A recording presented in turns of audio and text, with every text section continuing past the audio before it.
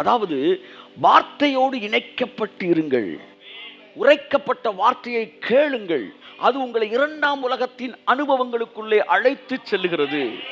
ஆமென். எவன் ஒருவன் தேவன் பேசுகிற வசனத்தை, அந்த உரைக்கப்பட்ட வார்த்தையை கேட்டுட்டானோ, the moment he heard the spoken word of God, he is connected with the second world.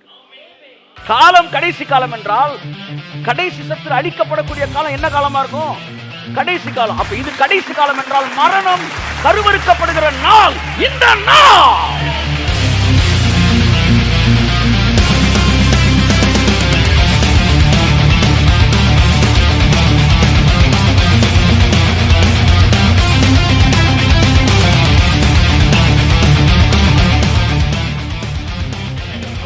நீங்க போக போறதை நாடி தேடக்கூடாது, வரப்போறதை தான் நாடி தேடணும்.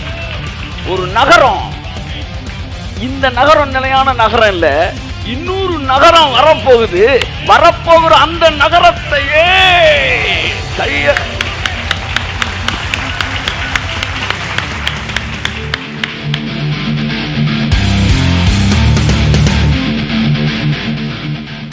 மறுபடியும் உங்களை நான் இயேசு கிறிஸ்து நாமத்திலே வாழ்த்தி வரவேற்கிறேன். கர்த்தர் உங்களை ஆசீர்வதிப்பாராக. இனி வருகிற உலகம், ஆமென். எல்லாம் சொல்லுங்க, இனி வருகிற உலகம். அந்த உலகத்தில் உங்கள் கற்பனை உலகத்தில் நடக்காதது நடக்க போகிறது. அதுதான் தேவன் திட்டமிட்டு வைத்திருக்கிற super natural age, super natural life. That is what the major promise of new covenant. புதிய உடன்படிக்கையின் மிகப்பெரிய ஒரு வாக்குத்தத்தம் அது. அதை குறித்து இன்றைக்கு நான் பேச விரும்புகிறேன். என் அன்புக்குரியவர்களே, கடந்த சில நாட்கள் ஆவியானவர் எபிரேயர் நல்லா ஃபுல்லாக படின்னு சொல்லியிருந்து படித்துக்கொண்டே இருந்தேன். படித்து கொண்டு இருக்கும்போது பல விஷயங்களை ஆவியானவர் பேசினார். அதிலே ஒன்று இனி வருகிற உலகம். ஆமென் சொல்லுவோம். வாசிப்போம். எபிரேயர் 2ஆம் அதிகாரம். 3 வாரங்கள் நான் 3வது வாரம் பேசிட்டு இருக்கிறேன். எபிரேயர் 2ஆம் அதிகாரம் 5ஆம் வசனத்தை வாசிப்போம். இனி வரும் உலகத்தை குறித்து பேசுகிறோமே. எல்லாம் சொல்லுங்க, ஜஸ்ட் ஃபாலோ மீ. 2000 வருஷங்களுக்கு முன்பாக ஆதி அப்போஸ்தலர்கள் ஃபர்ஸ்ட் செஞ்சுரியில் எதை பேசினாங்கன்னா, இனி வருகிற உலகத்தை தான் பேசியிருக்காங்க. அவன் என்ன சொல்கிறான்? நித்திய நியாய தீர்ப்பு, கைகளை வைத்தல், மரித்தோரின் உயிர்த்தெழுதல், ஸ்நானங்களுக்கு அடுத்த உபதேசம் என்கிற அஸ்திபார உபதேசத்தை மறுபடியும் போடாமல், எது அஸ்திபாரம்? மரித்தோரின் உயிர்த்தெழுப்புதல், மரித்தவன் உயிரோடு எழுப்புறது அஸ்திபார உபதேசம். ஸ்நானங்களுக்கு அடுத்தது தேவன் மேல் வைக்கிற விசுவாசம் என்கிற அஸ்திபாரத்தை திரும்ப போடாமல் பூரணர் ஆகும்படி கடந்து செல்வோம்ன்றான். பூரணர் எங்கே ஆகிறார்கள்? இனி வரும் உலகத்தின் கிரியைகளை, உலகத்துடைய தன்மைகளை இந்த உலகத்திலே கட்டவிழ்க்கப்பட்டு இந்த உலகம் இனி வரும் உலகமாய் மாறுகிற அந்த நாளைத்தான் அவர்கள் பூரணமான ஒரு நாட்கள் என்று சொல்லுகிறார்கள். இனி வரும் உலகத்தை பற்றி பேசுகிறோமே அப்படின்னா, அவங்க இனி வர்ற உலகத்தை என்ன செஞ்சிருக்கிறாங்க? பேசியிருக்கிறாங்க. நீ கவலைப்படாத, உன் கடன் பிரச்சனை தீர்ந்துடும், நல்லது, பிறகு மறுபடியும் கடன் வாங்குவோம். நீ கவலைப்படாத, வியாதியை தீர்த்துருவார், பிறகு மறுபடியும் வியாதிப்படுவாய். கவலைப்படாத, கர்த்தர் உன்னை இந்த நாளில் டிஸ்சார்ஜ் பண்ணிடுவார், பிறகு இப்படியே போயிட்டு இருக்கிறதா? நிரந்தர தீர்வை குறித்து நாம் பேசவில்லை, நாம் தற்காலிக தீர்வை தான் பேசிக்கொண்டு இருக்கிறோம். ஆனால் முதல் நூற்றாண்டிலே நிரந்தர தீர்வை பேசினார்கள். ஒரு முறை உற்சாகமாய் சத்தமாக கையை தட்டி ஒரு அல்லேலூயா சொல்லுங்க. நம்முடைய அத்தனை பிரச்சனைகளுக்கும் நிரந்தரமாய் ஒரு தீர்வு இருக்கும் என்றால் அது இனி வரும் உலகத்தை பற்றி பேசும்போது மட்டும்தான். உங்கள் எண்ணங்கள், உங்கள் சிந்தனைகள், உங்கள் ஆசைகள், உங்கள் விருப்பங்கள், உங்களுடைய தாகம், உங்கள் பசி அத்தனையும் அது இனி வருகிற உலகத்தின் தன்மைகளை நம்முடைய வாழ்க்கையிலே கலந்து நம்முடைய வாழ்க்கையிலே வெளிப்படுவதே உங்களுடைய தாகமாக, விருப்பமாக, ஏக்கமாக, எண்ணமாக இருப்பதாக. அந்த ஜீவனுக்கு பங்குதாரராய் நீங்கள் மாற வேண்டும்.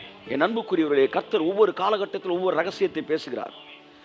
ஒவ்வொரு காலகட்டத்தில் ஒரு தூதன் ஒரு முத்திரையை என்ன செய்கிறான்? உடைக்கிறான். அந்த முத்திரை உடைக்கப்படும் போது அந்த வெளிப்பாடு பேசப்படுகிறது. அந்த வெளிப்பாடு பேசப்படும் போது அந்த ஜனங்கள் அந்த வெளிப்பாட்டின் ஆசீர்வாதங்களுக்கு பங்குதாரராய் மாறுகிறார்கள். முதலாம் முத்திரை உடைக்கப்பட்டது ரட்சிப்பு, அடுத்த முத்திரை உடைக்கப்பட்டது அந்நிய பாஷை அபிஷேகம். அன்னைக்கு அந்நிய பாஷை பெரிய விஷயமா இருந்துச்சு, நீ சாதாரணமாச்சு. அப்படிதான் அதுக்கப்புறம் பார்த்தீங்க, வியாதியை சுகப்படுத்துவதுன்னு ஒரு முத்திரை உடைக்கப்பட்டது. அப்போல்லாம் வியாதியை கடவுள் கொடுக்குறாருனே வாங்கினேன். அந்த காலகட்டத்தை நான் கடந்திருக்கிறேன், நல்லா ஞாபகம் இருக்குது.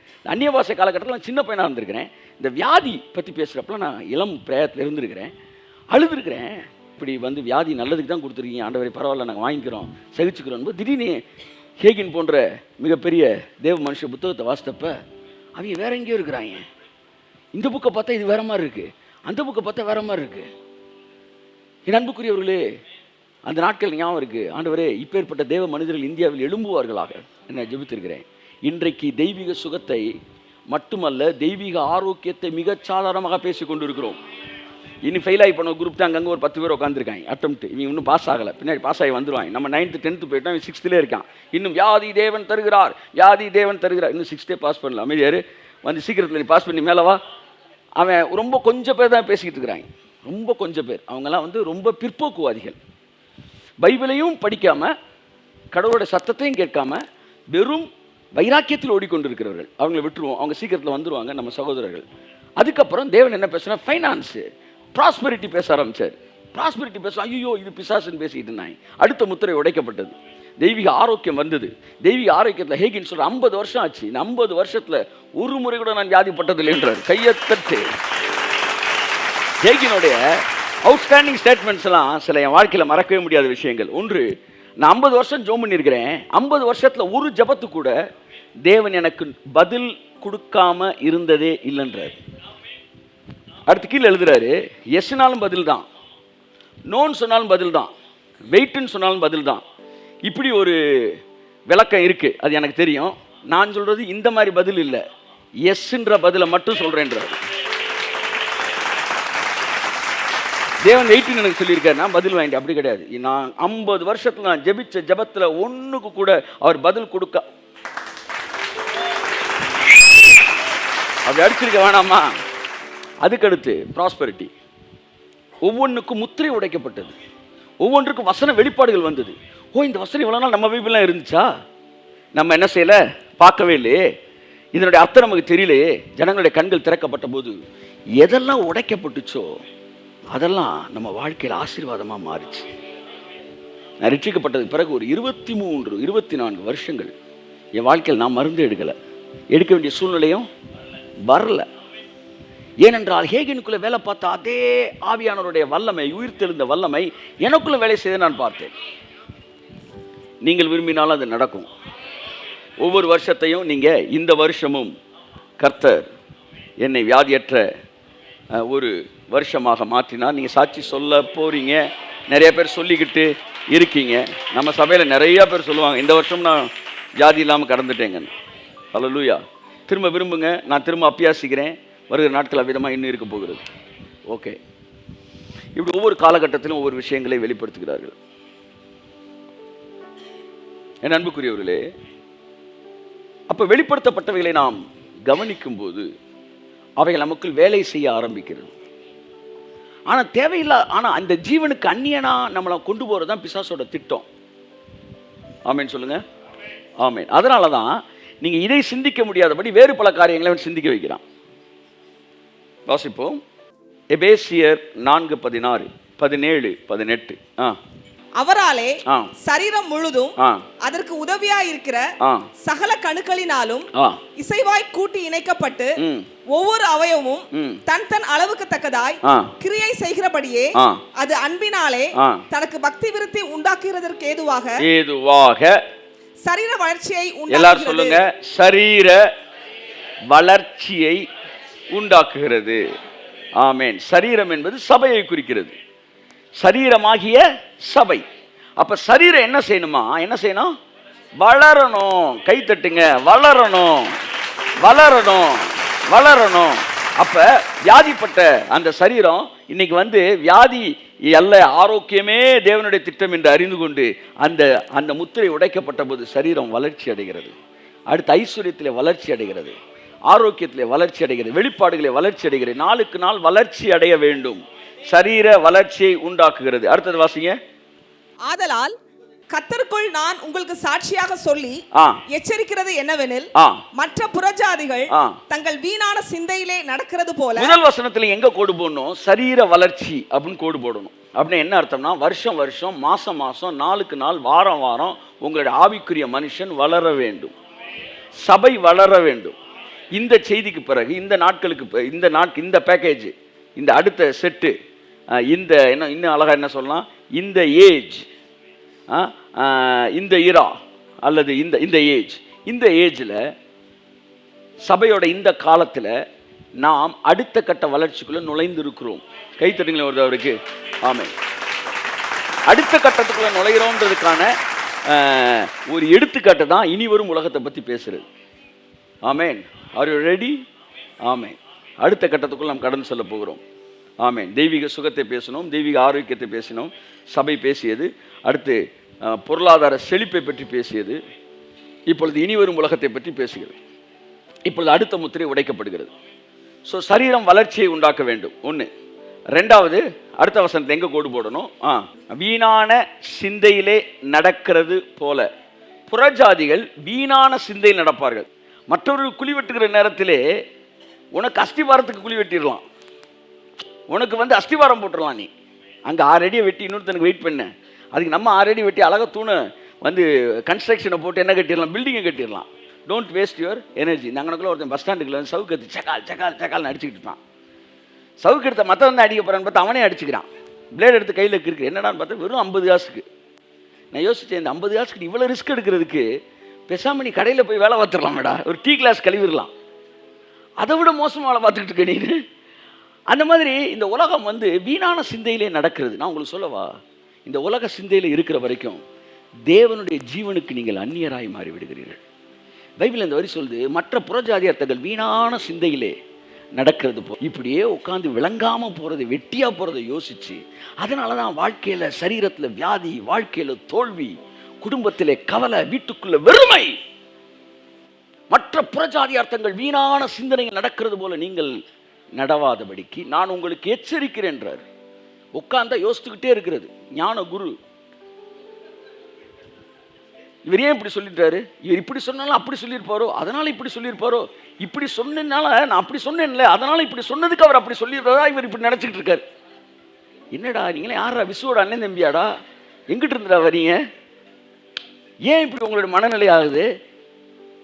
இதனால தான் இப்படியே யோசித்து முடிச்சு கண்ணாடியை பார்த்தா முடியலன்னு நினச்சிருக்கேன். என்னடா 20 வருஷம் போயிடுச்சு சார்ன்றாங்க. நீங்கள் யோசிச்சுக்கிட்டு இருந்தீங்களே, அதனால் 20 வருஷம் போயிடுச்சுன்றாங்க. இந்த நிமிஷத்தில் வாழுங்க சார், இந்த நிமிஷத்தில் வாழுங்க. நேற்றைய நிமிஷத்தை மறந்துடுங்க, அடுத்த நிமிஷத்தை கவலைப்படாதீங்க, இந்த நிமிஷத்தில் வாழுங்க. கைத்தட்டுங்க போது ராமே. அதுதான் உங்களை இளமையாக வச்சுருக்கோம், அதுதான் உங்களை சந்தோஷமாக வச்சுருக்கோம். ஆமேன். சிலர்லாம் லாங் ஜம்ப் பண்ணிடுறாங்க. ஆமாம், 30 வயசுல 35 வயசுலேயே 75 65 வயசு ஆயிடுறாங்க. Long jump. என்னடான்னா ஓவர் திங்கிங். மற்ற புறஜாதியார் எல்லாம் சொல்லுங்க, தங்கள் வீணான சிந்தனைகள் நடக்கிறது போல. ஏன் வாழ்க்கையில் அற்புதம் இல்லை, அதிசயம் இல்லை, பெரிய காரியங்கள் நடப்பதில்லைன்னா சிந்தனை அதுதான பாதை. ஒரு நஷ்டம் என்னை ஏழை ஆக்கிறாரு, ஒரு லாபம் ஏமாத்துறவனை பணக்காரன் ஆக்கிறாரு. கையை தட்டுங்க, கையை தட்டுங்க, நல்லா தட்டுங்க, சத்தமா சொல்லுங்க. ஒரு லாபம் எதிரிய பணக்காரன் ஆக்கிறாரு, ஒரு நஷ்டம் ஏழை ஆக்கிறாரு. கையை தட்டு. ஆமென், ஆமென். அவன் 10 லாபத்தை பெற்றாலும் அவன் ஏழையாக தான் இருப்பான். நீங்க 10 நஷ்டத்தை வாங்கினாலும் கடைசியில் பணக்காரனா இருப்பீங்க. 1000 முறை உங்களை அசிங்கப்படுத்திருப்பாங்க, ஆனா 1001 முறை இந்தியாவே பேசப்படுற நபரா இருப்பீங்க. அவன் ஒரு தடவை கூட கெட்ட பேர் வாங்கியிருக்க மாட்டான், எங்க இருக்கானே தெரியாது. இப்படி ஒரு ஆளுக்கு எதுக்கு? ஒரு தடவை கூட அவரை பத்தி யாருமே கெட்டதா பேசினே இல்லை, நல்லதாகவும் பேசினே இல்லை. அவர் யாருன்றாங்க. அன்புக்குரியவர்களே, வீணான சிந்தையில் நடக்கிற போல் நீங்கள் நடக்காமல், அடுத்த வசனம், அவர்கள் புத்தியில் அந்தகாரப்பட்டு, அவர்கள் புத்தியில் அந்தகாரப்பட்டு தங்கள் இருதய கடினத்தினால், தங்கள் இருதய கடினத்தினால், தங்களில் இருக்கும் அறியாமையினாலே, தங்களில் இருக்கும் அறியாமையினாலே தேவனுடைய ஜீவனுக்கு அந்நியராய் இருந்து, தேவனுடைய ஜீவனுக்கு, எல்லாம் சொல்லுங்க. இப்ப அந்த ஜீவனை தான் பேசிக்கிட்டு இருக்கிறோம், ஜீவனை தான் அனுபவிச்சுக்கிட்டு இருக்கிறோம். ஆனா இந்த வீணான சிந்தையில் இருக்கிறவன் தேவனுடைய ஜீவனுக்கு அந்நியனாயிருக்கிறான். அதிலே அனுபவிக்க அவனால் முடியவில்லை.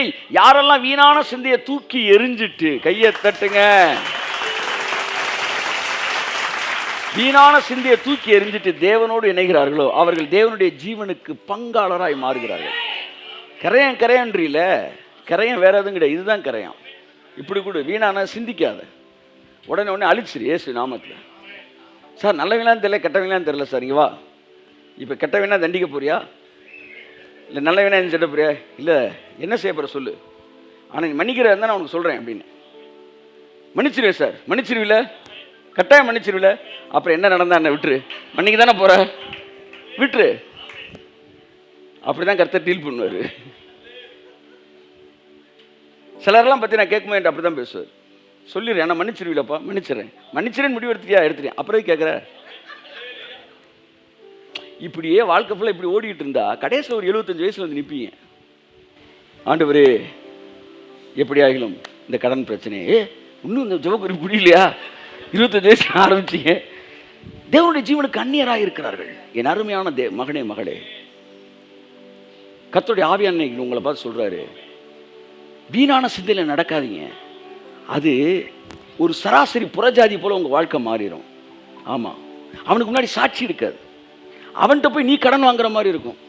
இது உபாகம் 28 இருக்கிற சாபம். புறஜாதிட்ட போய் நம்ம கடன் கேட்டோம்னா, அவன் நம்ம கடன் கொடுத்தான்னா உபாகம் 28 இருக்கிற சாபம். பாம்புன்னு தெரியாம பாம்பை வீட்டுக்குள்ள வச்சு பாம்பை பள்ளின்னு சொன்னா பள்ளி ஆயிருமா? பாம்பு தான். அப்போ வறுமை இருந்தா அதை என்னைக்கு நீ பாம்புன்னு கண்டுபிடிக்கிற அன்னைக்கு தான் நீ மண்டையில அடிச்சு காலி பண்ணுவ.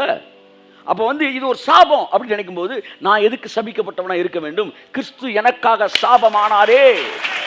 ஆகவே நீ ஒரு நாள் நான் புறஜாதிட்ட போய் ரூபாய் ஏந்தாதபடிக்கு கர்த்தர் என்னை ஆசீர்வாதத்துக்குள் நடத்துவாராக. என்ன இங்க வரணும், என்ன இங்க வந்தா இது நடக்கும்.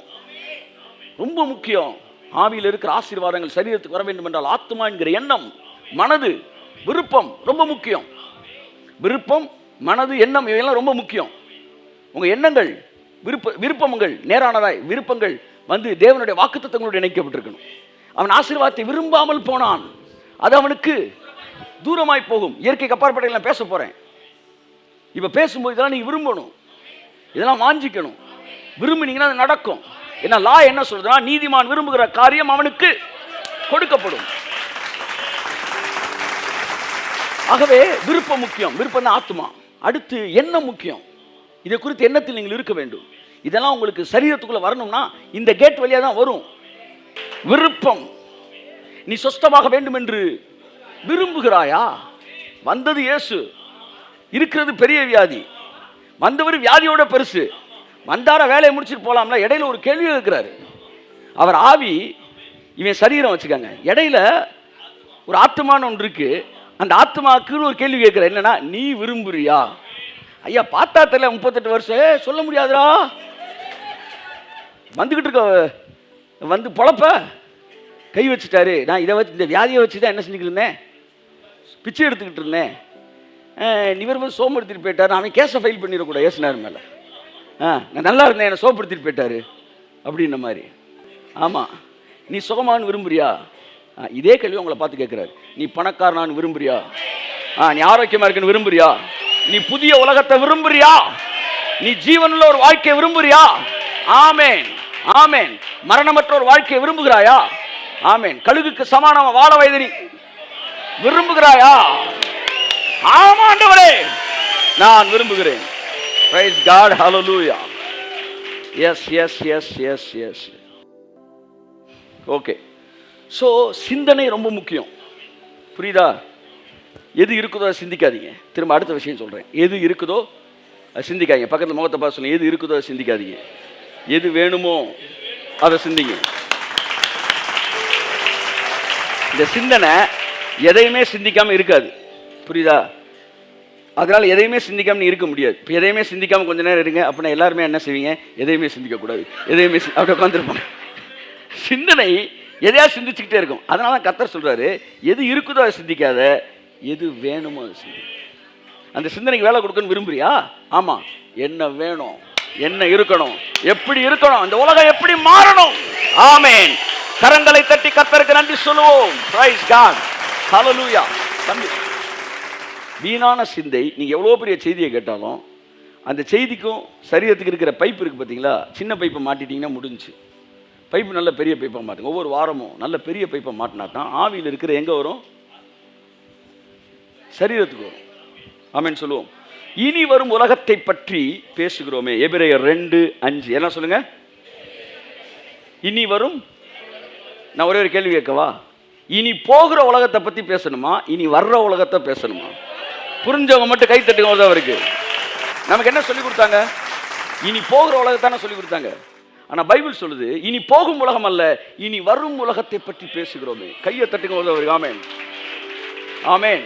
நம்மளாம் எதை பேசணும்? போகிற உலகத்தை பேசக்கூடாது, வர்ற உலகத்தை பேசணும்.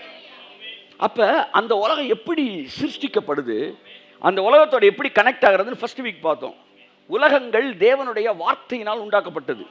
இந்த வேர்ல்டு சரி, இந்த இந்த விசிபிள் வேர்ல்டு சரி, இன்விசிபிள் வேர்ல்டு எதுவாக இருந்தாலும் வார்த்தையினால் சிருஷ்டிக்கப்படுகிறது. அப்போ இந்த இரண்டாம் உலகமும் தேவனுடைய ஸ்போக்கன் வேர்டோட நீங்கள் இணைஞ்சிட்டீங்கன்னா உங்களை சுற்றி அந்த வார்த்தையினால் அது சிருஷ்டிக்கப்படும். ஸோ ரெண்டாம் உலகம் வேணும், அந்த உலகத்தின் ஆசீர்வாதம் வேணும்னா you must be connected with the spoken word of God. Amen. நான் எதிர்பார்க்கல எபிரேயரில் இன்னொரு வசனம் இனி வரும் உலகம் இருக்குன்னு தெரியாது எனக்கு. அப்படியே வாசிக்கிட்டே போனப்போ அந்த வீட்டில் போய் வாசிக்கிறப்ப எபிரேயர் 6:5 ஒரு வசனம் வந்துச்சு. வாசிப்போம். தேவனுடைய நல் வார்த்தையையும் இனி வரும் உலகத்தின் பலன்களையும் ஆமென் ருசி பார்த்தோம். இனி வரும் உலகத்தின் பலனை நாம் ருசி பார்க்க முடியும். அவர்கள் ருசி பார்த்திருக்கிறார்கள். அந்த உலகத்துக்குள்ள என்ன இருக்கோ அதை ருசி பார்த்திருக்கிறாங்க. பாருங்க, எலியா ஏர்ல போயிருக்கிறான். பிலிப்பு மறைஞ்சு காத்துல போயிருக்கிறான். இவங்க எல்லாம் அப்பவே ருசி பார்த்துருக்காங்க. பிரியாணியை கிண்டிட்டு இந்த ஊறுகாய் ருசி பார்க்குற மாதிரி டேஸ்ட் பண்ணியிருக்கிறாங்க. ஆமென். இனி வரும் உலகத்தின் பலனை ருசி பார்த்திருக்கிறார்கள். Power of the coming age. So நம்மால் ருசி பார்க்க முடியும். ரொம்ப சோமா இருக்கீங்களா? இல்லை அண்ணே, பக்கத்தில் சொல்லுங்க நல்லா சிரிச்ச முகத்தோட. நம்மால இனி வரும் பலனை, இனி வரும் உலகத்தின் பலனை ருசி பார்க்க முடியும். கரங்களை தட்டி கர்த்தர் கண்டி சொல்லுவோம். இது எதுக்கு பேசுறேன்னா, இல்லை சார் செத்ததுக்கு அப்புறம் தான், பரலோகத்துக்கு போனதுக்கு அப்புறம் தான் இதெல்லாம் நடக்கும் நீ சொன்னா கூட நாங்கள் இல்லை இங்கே தான் சொல்கிறோம். நீ பரலோகத்துக்கு போகணுன்னு சொன்னா கூட, பரலோகத்துக்கு போன பிறகு தான் நடக்கும்னு சொன்னா கூட, இப்போ நீ அதை ருசி பார்க்க முடியும். டேஸ்ட் பண்ணாமல் நீங்கள் போகிறேன்னு சொல்கிறது தப்பு.